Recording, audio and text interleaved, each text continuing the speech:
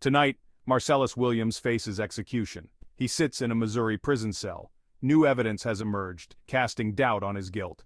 But the U.S. Supreme Court denied Williams a stay of execution.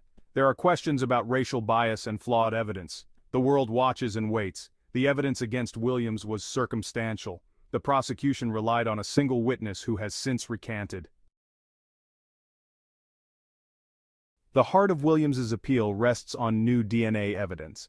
This evidence centers on the murder weapon, a knife. Recent analysis revealed a shocking discovery. The DNA on the knife does not belong to Williams. Instead, it matches another individual with a history of violent crime. Investigators mishandled the murder weapon, jeopardizing the reliability of any DNA evidence. Williams's legal team argues that the new DNA evidence is not the only sign of a flawed trial. They allege that the prosecutor deliberately excluded black jurors, raising questions about racial bias. The prosecution maintains that the new DNA evidence does not exonerate Williams. They argue that other circumstantial evidence still points to his guilt. The battle lines are drawn, the stakes couldn't be higher, the integrity of the original investigation is in question. The fight for justice continues. The world watches closely. Adding an unexpected layer to this story is the voice of the victim's family. They have publicly expressed their opposition to the death penalty. They believe that life in prison is a more just punishment for Williams.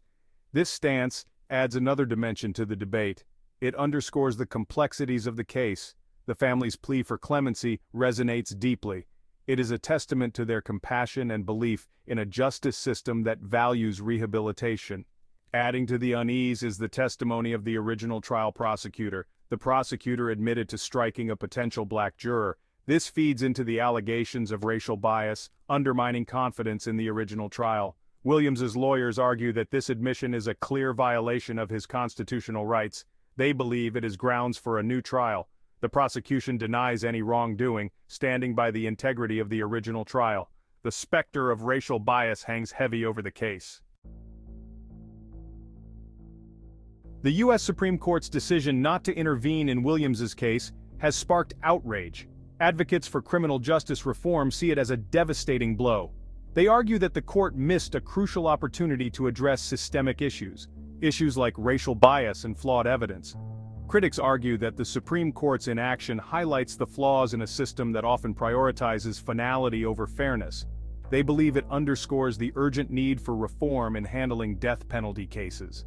The Marcellus Williams case is a stark reminder of the justice system's imperfections, influenced by human error, implicit bias, and political pressures. The fight for justice for Marcellus Williams is far from over. His case will likely continue to spark debate. It has ignited a conversation about the death penalty, racial bias, and the very meaning of justice. The world is watching, waiting, and hoping that the truth will prevail.